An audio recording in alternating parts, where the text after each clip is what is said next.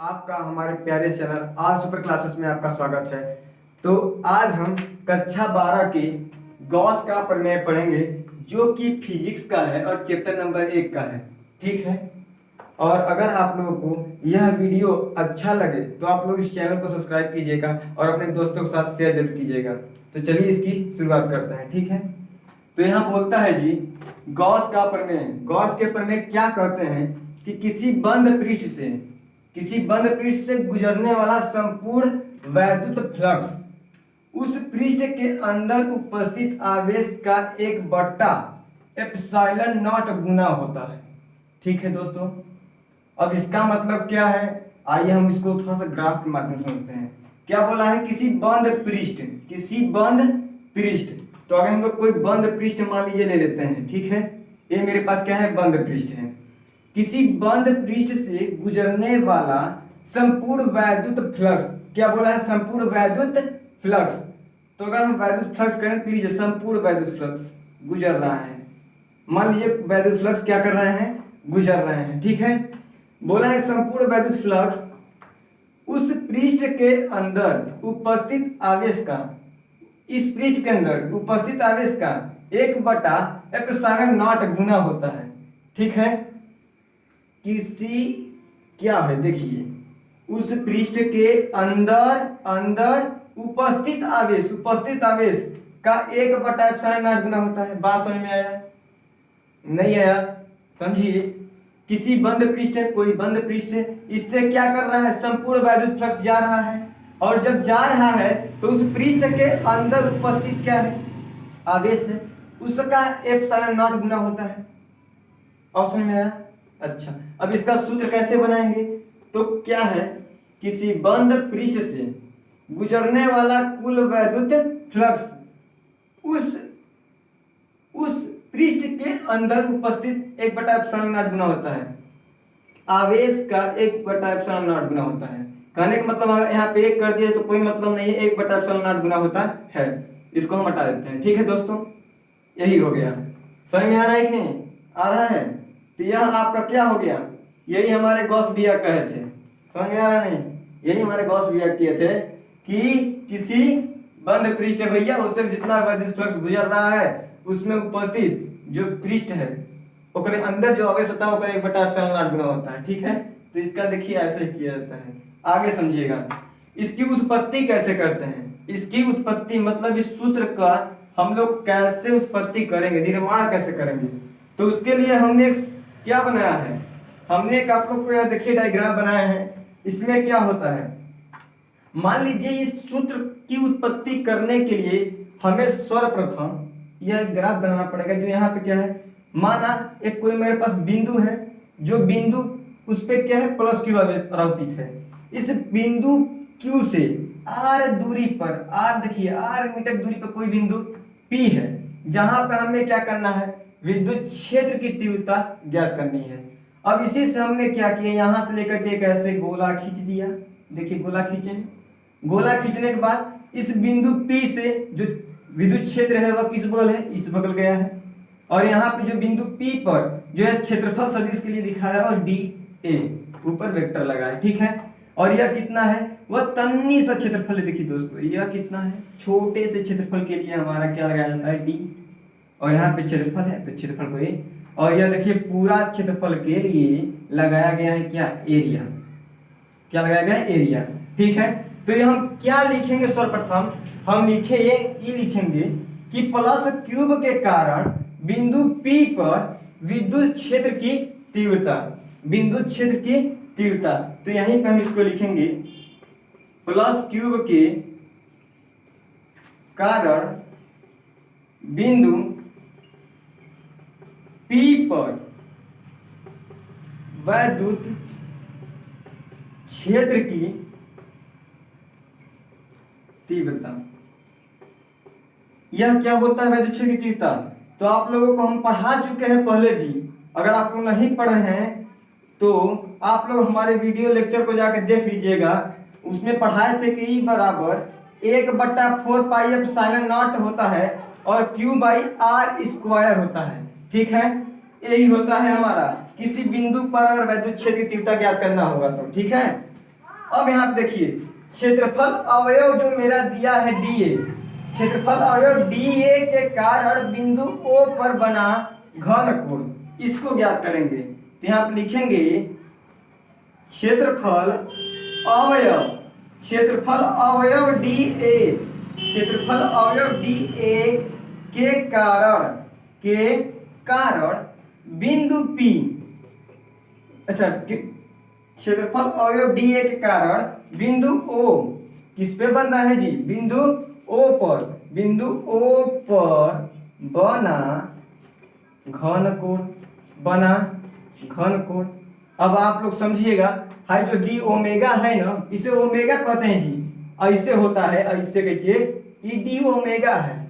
अब E D omega को क्या कहते हैं, घन कोण। तो इस पे जो बना घन कोण होता है वह होता है d omega is equal to, d omega is equal to क्या होता है, डी ए, क्या होता है, D A cos theta by r square, क्या होता है, D A cos theta by r square. ठीक है, ये आपको पता होना चाहिए। अगर यह पता है तो आपका सब क्लियर हो जाएगा। अब देखिए हमने क्या किया, अब डी ए से यहां से हमने क्या किया, इससे यहां पे बिंदु ज्ञात किया था। अब यह देखिए कि डी ए से कितना वैद्युत फ्लक्स निकल रहा है बहरे, डी ए से कितना वैद्युत फ्लक्स निकल रहा है बहरे।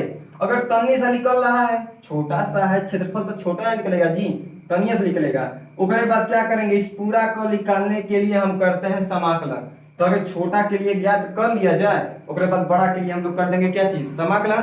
तो देखिए तो क्या लिखेंगे, डी ए से गुजरने वाला वैद्युत फ्लक्स, डी ए से गुजरने वाला वैद्युत फ्लक्स, डी ए से गुजरने वाला वैद्युत फ्लक्स, मतलब यहां से कितने वैद्युत फ्लक्स गुजर रहे हैं।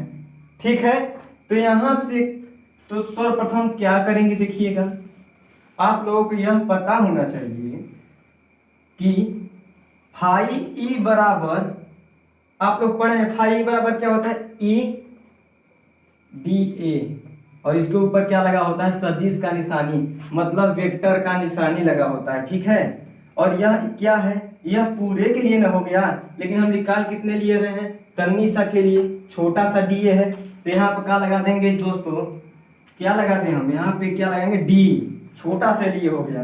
ठीक है, अब आगे करेंगे।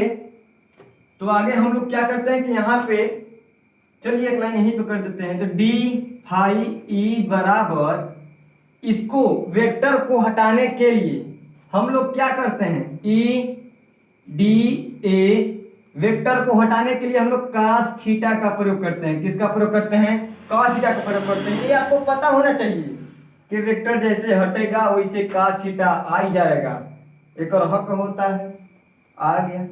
ठीक है, तो अगर आप लोग को इतना समझ में आ गया होगा तो आप लोग और आगे कर लेते हैं। आगे तो देखिए, आगे देखिए यहाँ पे क्या था, d phi equal to e d A cos theta, इसी को यहाँ पे लिख देते हैं। अब आगे देखते हैं, तो डी फाई ई बराबर ई डी ए कॉस थीटा, यहाँ पे देखिए क्या लिखा है, ई का जो वैल्यू है वो ऊपर लिखा गया है, ई बराबर 1/4 पाई एप्सिलॉन नॉट और क्यू बाई आर स्क्वायर। ठीक है, हम यह वाला ई वाला यहाँ पे पुट कर देंगे, इसको रख देंगे।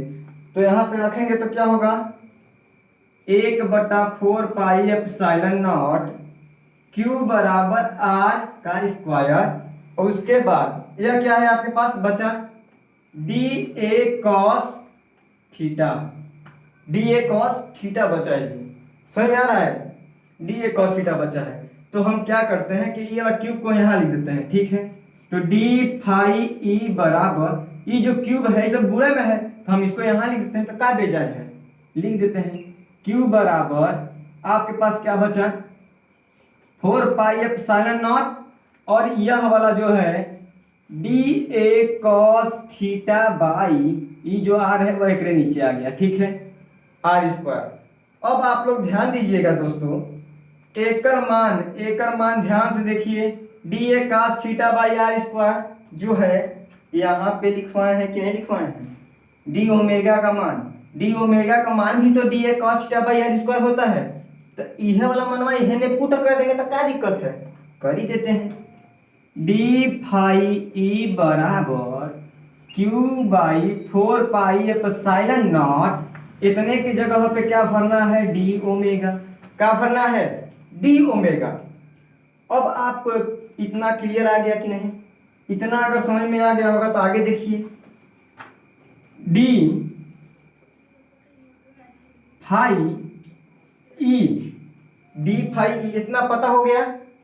अगर आपको इतना पता हो गया है, अगर इतना पता हो गया है तो हम करेंगे क्या, इतने से लिए वैद्युत क्षेत्र निकाला था, वैद्युत फ्लक्स निकाला तन्नी के लिए, तो हम कहेंगे कुल के लिए वैद्युत फ्लक्स। तो यहाँ लिखेंगे अब कुल वैद्युत फ्लक्स, अब कुल वैद्युत फ्लक्स। अब कुल वैद्युत फ्लक्स के लिए क्या करेंगे, डी को तो हटा ही देंगे क्योंकि यह छोटे के लिए था। अब कुल कर रहे हैं तो केवल फाई ई बचेगा आपके पास। तो फाई ई बराबर आपके पास अब क्या होगा, तो देखिए फाई ई बराबर कुल के लिए क्या करते हैं, समाकलन करते हैं। क्या करते हैं, समाकलन करते हैं। तो इसका देखिए समाकलन कर रहे हैं, ई देखिए समाकलन का निशानी हो गया Q upon 4 pi epsilon not और डी ओमेगा। बात समझ में आ रही है, आ गया बात समझ में। तो अगर आपको एक आगे वाला कहाँ कर दिया जाए जी, तो ठीक है, आप लोग आगे इतना स्क्रीनशॉट ले लीजिए बढ़िया से, इसके आगे वाला हम और आगे कर देते हैं, ठीक है। तो आप लोग इसका स्क्रीनशॉट ले लीजिए। तो अब देखिए यहाँ पे इतना आया था, आगे देखेंगे तो आपको यहाँ पे क्या है, फाई ई बराबर यहाँ पे जो है इतना ले जो प्रोसेस है क्यू बट्टा 4 पाई एप्सिलॉन नॉट, यह कांस्टेंट के रूप में हो जाता है। क्यू बट्टा 4 पाई एप्सिलॉन नॉट यह क्या होता है, कांस्टेंट के रूप में हो जाता है। और अंदर क्या बचता है, केवल डी ओमेगा। क्या बचता है साहब जी, डी ओमेगा। अब आपको एक चीज और पता होना चाहिए, क्या, क्योंकि डी ओमेगा का जो मान होता है वह 4 पाई रखने पर आपको यह चीज तो याद करना पड़ेगा जी कि डी ओमेगा का मान कितना होता है, 4 पाई होता है। अब ये चीज रखेंगे यहाँ पे, ठीक है। तो यहाँ पे रखेंगे जैसे ही फाई ई बराबर Q upon 4 pi epsilon not, इसके जगह पे क्या रखना है, 4 पाई रख दिए, 4 पाई साहब रख दिए। चलिए अब जैसे ही रखे जी, 4 पाई से 4 पाई क्या हो जाएगा, कट जाएगा। 4 पाई से 4 पाई तो कट ही गया। अब आपके पास क्या बचा, केवल phi e is equal to q upon epsilon naught, q upon epsilon naught, बाकी कुछ नहीं बचा है। और यही आपका क्या है, यही तो गुलाम भैया ने बताया था हमको जी, यही हमको बताया था कि क्या, किसी बंद पृष्ठ से गुजरने वाला संपूर्ण वैद्युत फ्लक्स जो होता है उस पृष्ठ के अंदर उपस्थित आवेश का एप्सिलॉन नॉट गुना होता है। यही था, हमने इसको प्रूव कर दिया। तो यहाँ पे लिख दीजिएगा, अतः यह ही क्या है, गॉस का प्रमेय है। और इतना अगर आप लोग एग्जाम में आता है, अगर इतना लिख दिए, बात समझ में आया कि नहीं, पहले आगे आ गया, कुछ भी नहीं किए हैं जी। सर्वप्रथम हमने यही सिस्टम था कि यहाँ पे अगर देखा जाए इस ग्राफ में, तो बिंदु आवेश के कारण, बिंदु Q के कारण बिंदु P पे वैद्युत क्षेत्र निकाला, तन्निस के लिए निकाले थे, इतना निकाले थे, फिर कर दिए थे पूरे का समाकलन। और जैसे पूरे का समाकलन किए हैं तो मेरा क्या आ गया, इतना आ गया। तो यही तो क्या था, गॉस का प्रमेय था। अब अगर इतना आ गया और एग्जाम में आ गया तो आप लोग 5 नंबर क्लियर कर लेंगे कि नहीं कर लेंगे, कर लेंगे ना जी। तो अगर आप लोगों को यह वीडियो अच्छा लगा हो तो हम फिर से आप लोगों को कहते हैं, हमारे इस चैनल को आप लोग सब्सक्राइब कीजिएगा और अपने दोस्तों के साथ शेयर जरूर कर दीजिएगा। करने में क्या गया है, समझ में आ रहा है। तो देखने के लिए वीडियो धन्यवाद।